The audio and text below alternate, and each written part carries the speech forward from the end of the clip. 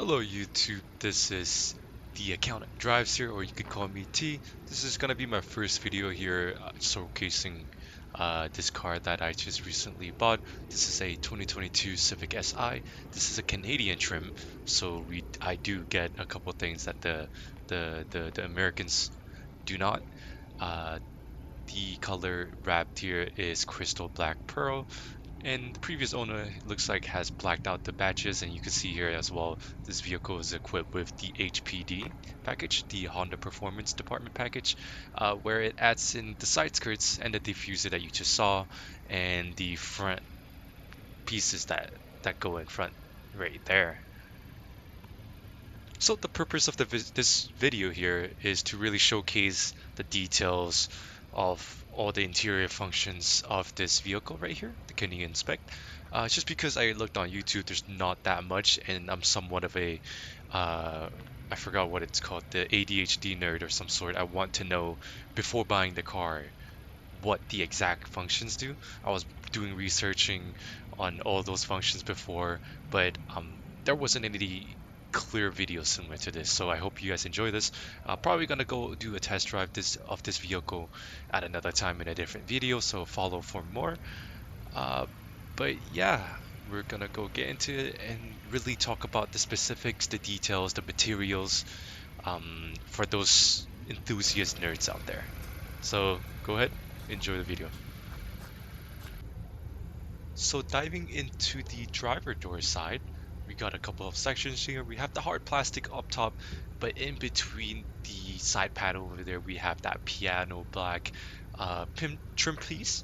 That looks quite neat because that's something that you won't be touching. But right under that, we do have the matching textured door panel there. That is matching with the seats. And then right below that, we got the padded armrest, which is quite hard in my opinion. But next to that, we do have a textured trim as well, where you have all the auto buttons for the windows, the door lock, the power mirrors, and right below that, we just have hard plastic, and below there is one of the 12 Bose speaker sound system. And we're just gonna quickly open that while we're gonna be sideways. Not sure how we're gonna fix that, but that is just gonna open it up. But right on the door panel as well is where you would see the trunk release button. One thing with this model, I'm not sure if it's with other models as well. I think there are hydraulics. They open up well as soon as you click that button, so that's quick and neat there. Moving to the interior bits, we have the DDI at the front over here, which what Honda calls it. We have the information interface with the steering wheel there, leather wrapped, and on the far left hand side, we got a couple things that covers the music controls, and as well as the screen on the left there. You can see me operating the music controls, the volume up, and the track changes there. And right below that, we have the voice command. This is something I don't use, but you're able to call someone with a voice command similar to like a Siri. But with that button there, you could see using kind of like a scroll wheel on a mouse, you could check out different functions, mostly mainly music control, following with that format of the left button there. You're able to hide and show a couple things if you want to just keep it a little bit neater. I would do this in the future. I haven't done it yet. Probably just leave it on Apple CarPlay for the most of the time. But display content, you could also add a couple things. You could also display stopwatch there if you want to time your 0 to 60, or just show the clock there. So with the left side of the screen covered, we have on the left as well another some sort of it's not a screen, but this will show up on the dash there of your coolant temperature and as well as your lights operations. And right below that we have the steering heating control, just one option. And moving to the right side of the steering wheel, we got a couple things that we could play with here. With the first one, which is adaptive cruise control, you can see there the confirmation of the gauges moving to the left and right, and the button of the ACC showing up. This is me just trying to play with it as well. Pressing it again there, and you can see the nice Civic just in the middle, and right below, bottom left of that steering wheel is the intervals of the distance between your car and the car in front of you when using adaptive cruise control. And the LKAS system here, the lane keep assist on the bottom right hand side there, keeps your wheel nice and centered. And all these functions, I believe, could be canceled using the cancel button. A little bit more on the steering wheel, the left hand side there have the turn signals with the auto headlights, and we do get fog lights as well in Canada, sorry. But at the right hand side there, we have the wipers with the auto function with the but what the US market doesn't have. But as you can see here, I'm scrolling through the right hand screen. There was the fuel economy, the safety, Honda sensing stuff, some maintenance stuff here, the seat belts reminder, the G meter, which is quite cool. And we also have the brake pressure and gas pressure, the driver attention type of stuff, navigation, and boost PSI and all these items here, or as well as the average speed. Sorry about the lag there. My phone's just bugging out. But we are able to customize those display as well, similar to the left screen there.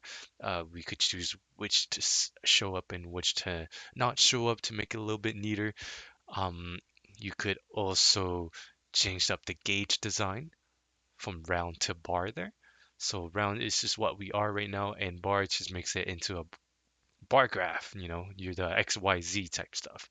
But we're gonna go back here and discover and talk a little bit more about the Honda sensing stuff because that's somewhere you're able to change as well. This screen right here. So I'm gonna scroll and click on that scroll wheel there.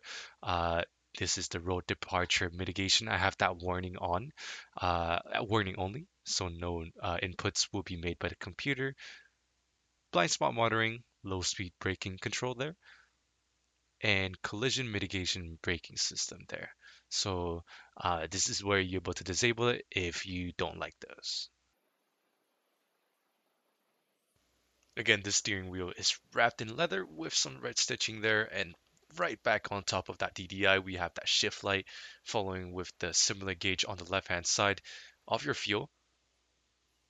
And regarding the startup here, it nicely lights up. We have push to start. It lights up when you push down the clutch there, and then it gives you that nice screen once popped up, and also the infotainment will show up as well.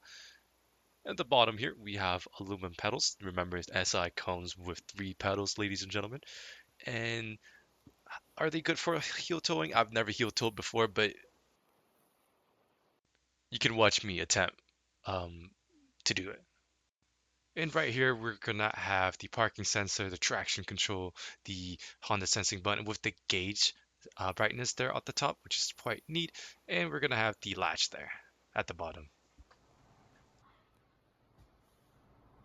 But back here in the center console, on top right there, we just saw is the drive mode select. Clicking up will instantly put you in the sport mode, and the normal mode is what will show up once you, I believe, go down. But the individual would be the top one there. You're able to change a couple things. We'll talk about that a bit later. But under there, we have the auto start button, the parking brake electronic, and the brake hold with the texture trim similar to the one on the handle. And let me tell you something about this shifter. It's one of the best ones that I've tried before. Um, Aluminum, but leather wrapped there, so it's not as bad during the winter times.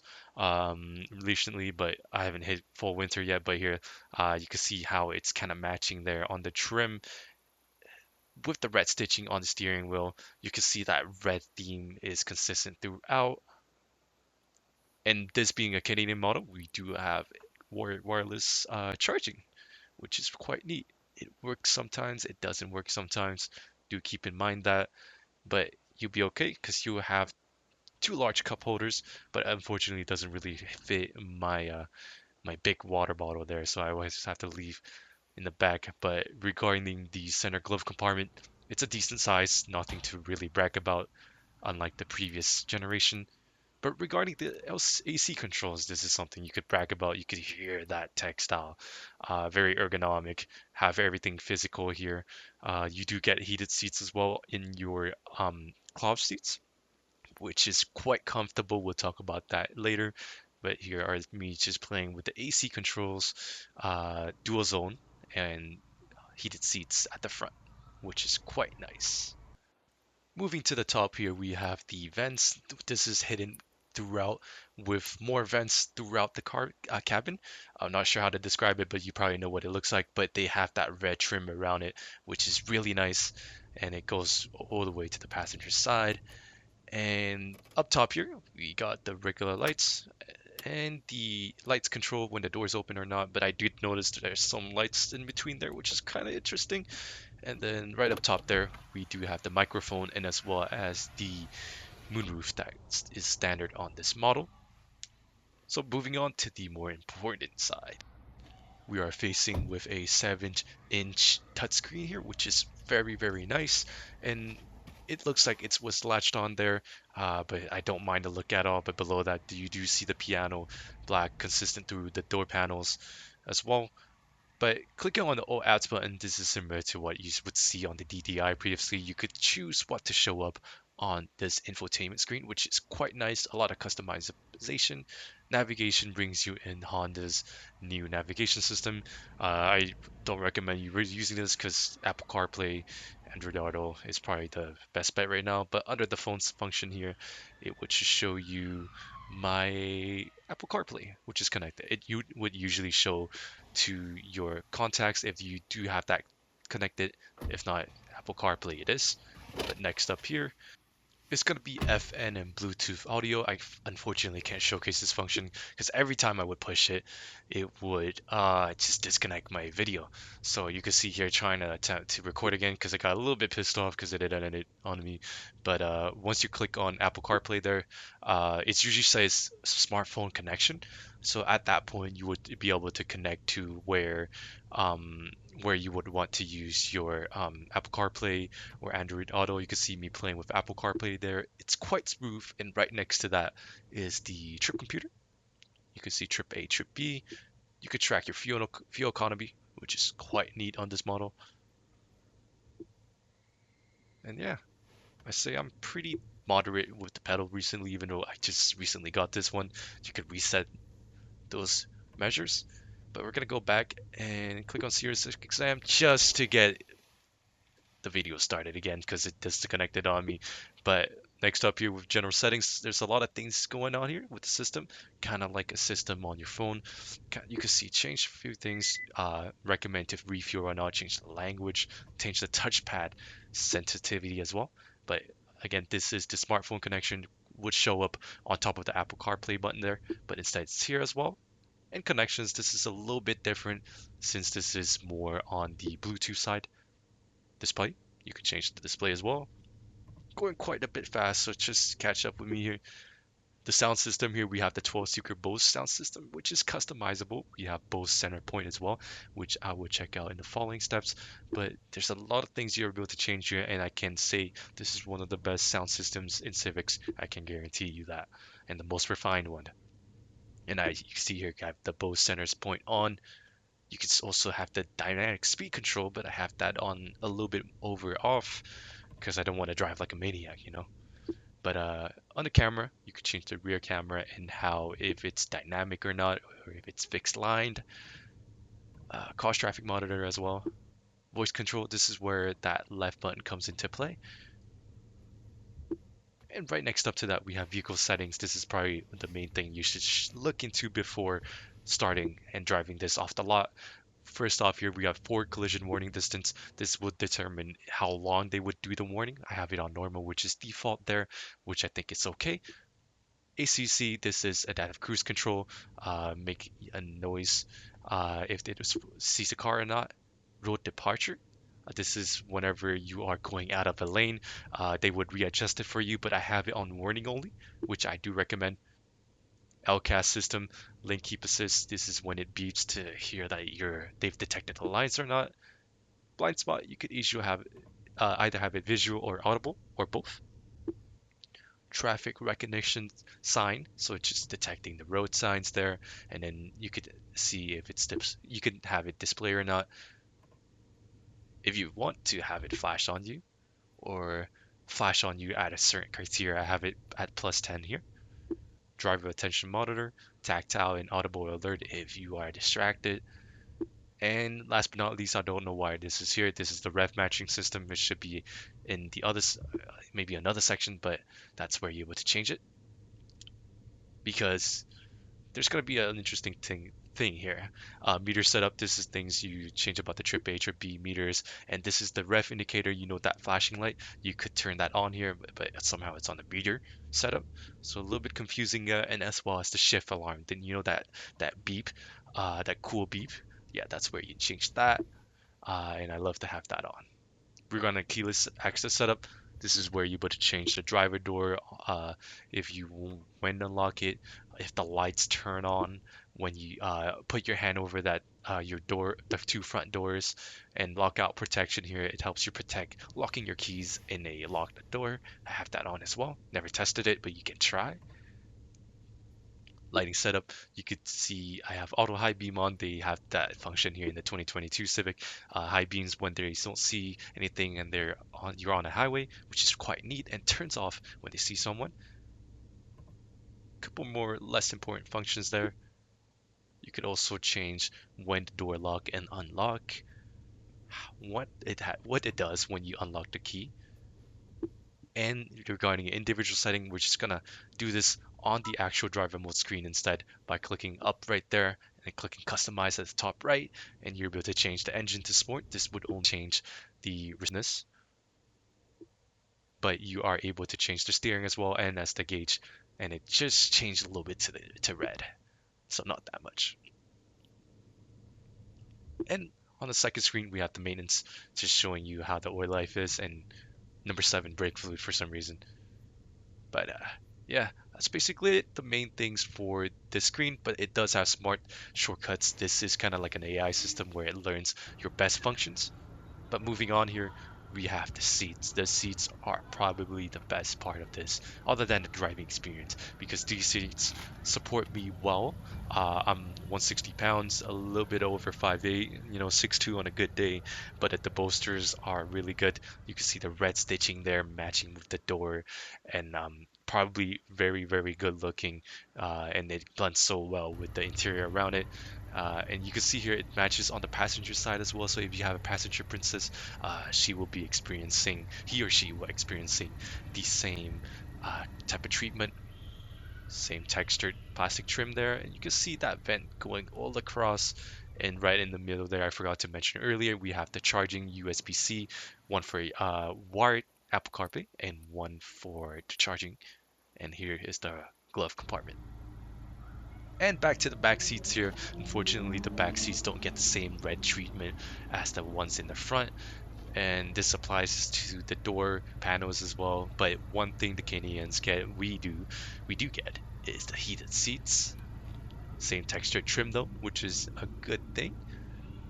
And one of the 12 speakers there, and you can see me trying to sit behind a fully pushed back seat there. Still some room, incredibly spacious for a Civic, and it does come with a cup holder.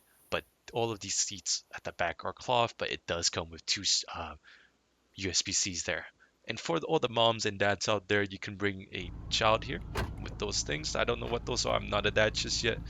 But here are the rear seats, 14.4 cubic feet. I don't know how far that is. I've never done the measurements, but you are able to extend that cubic feet by pulling these triggers right here.